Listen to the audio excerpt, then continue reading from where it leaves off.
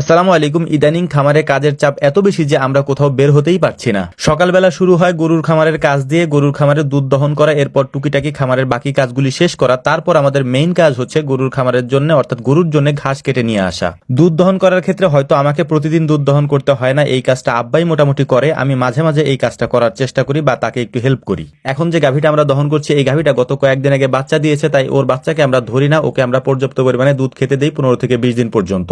কিন্তু এগুলি যেহেতু বেশি দুধের গাভী, এই জন্য এই গাভীগুলি থেকে পর্যাপ্ত পরিমাণে দুধ আসে যেটা বাছুরে খেয়ে শেষ করতে পারে না, তাই সকালবেলা কিছু দুধ আমরা টেনে নিয়ে যাই। আর এই 15 দিন ওদের খাবারও আমরা কন্ট্রোল করি যাতে করে ম্যাস্টাইটিস অর্থাৎ অলানফোলা রোগটা তেমন একটা ওদের না হয়। তো আলহামদুলিল্লাহ আমাদের যেহেতু 3টা শেডেই গাভী থাকে, তাই 3টা শেড থেকেই আমাদের দুধ দহন করতে হয় বা 3টা শেডেই আমাদেরকে দুধ দহন করার জন্য যেতে হয়। আমাদের খামারের ইদানিং কাজগুলির চাপ বাড়ার একটাই কারণ, সেটা হচ্ছে আমি যেহেতু পর্যাপ্ত পরিমাণে কাজ করতে পারছি না, যে কারণে কাজের চাপ অনেক বেড়ে গেছে এবং অনেক সমস্যার সম্মুখীন আমাদেরকে হতে হচ্ছে। তো যাই হোক, দুধ দহন করা শেষ করার পর আমরা মূলত যাবো এখন আমাদের ঘাসের জমিতে ঘাস কাটার জন্য। অর্থাৎ আমাদের এটাই হচ্ছে সারাদিনের মধ্যে মেইন কাজ, কারণ বাকি যে কাজগুলি আছে ওই কাজগুলি তো আমাদের ইন্টারনাল কাজ, অর্থাৎ আমাদের খামারের ভেতরের কাজ। ভেতরের কাজগুলি আমরা যে কোনো সময় করতে পারি বা যে কোনো উপায় আমরা করতে পারি বা সেটা আমরা করেও নেই। কিন্তু বাহিরের এই ঘাস কাটার কাজটা আমাদের জন্য একটু কষ্টকর হয়ে যায়, কারণ এইটা যদি সময় মতো করতে না পারি তাহলে হচ্ছে যে রোদ উঠে যায়, অথবা হচ্ছে যে বিকালের দিকে গেলে শরীর অনেক বেশি চুলকায়। আপনাদের যাদের গরুর খামার আছে তারা জানেন যে এই ঘাসগুলি একটু ধারালো হয়, যে কারণে হচ্ছে যে কোনো সময় এই ঘাসগুলি কাটা যায় না। একটু সকালের দিকে কাটলেও দুপুরে গোসল করে ফেললে এটার কষ্টটা একটু কম হয়। আলহামদুলিল্লাহ বেশ কয়েকদিন আগে আমাদের খামারে বেশ ঘাসের সংকট ছিল, যেটা আপাতত এখন আর নেই, কারণ আমাদের এই ঘাসগুলি বড় হয়েছে, আমরা এগুলি এখন কেটে খাওয়াইতে পারতেছি আর কি।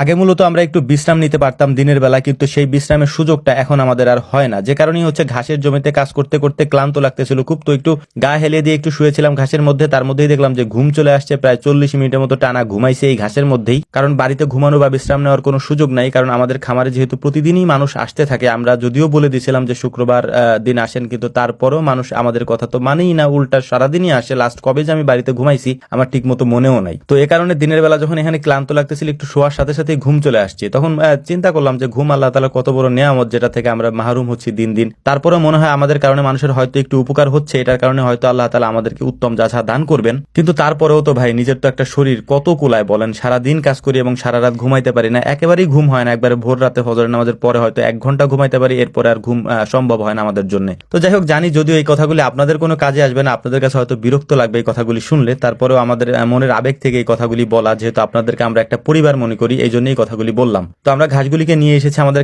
খামারে নিয়ে আসার পর চপার মেশিন দিয়ে এই ঘাসগুলিকে আমরা ছোট ছোট করে কেটে নিচ্ছিলাম। এই ঘাসগুলি আমরা অনেক বেশি পরিমাণে কাটতেছি ইদানিং, এর কারণ হচ্ছে আমাদের অনেকগুলি জমিতে এবার ঘাস একসাথে হচ্ছে, যে কারণে আমাদের কাছে মনে হচ্ছে যে ঘাস হয়তো আমরা তখন পরবর্তীতে খাওয়াই পারবো না আর কি গরুকে, এই জন্য কেটে ফেলছি। এবং কয়েকদিন পরে আমরা সাইলেজও তৈরি করবো, সেগুলো আপনাদেরকে দেখাবো ইনশাআল্লাহ। সারাদিন বিদ্যুৎ না থাকার কারণে বিকাল বেলা হচ্ছে যে আমাদের এই গরুর ঘরটা পরিষ্কার করতে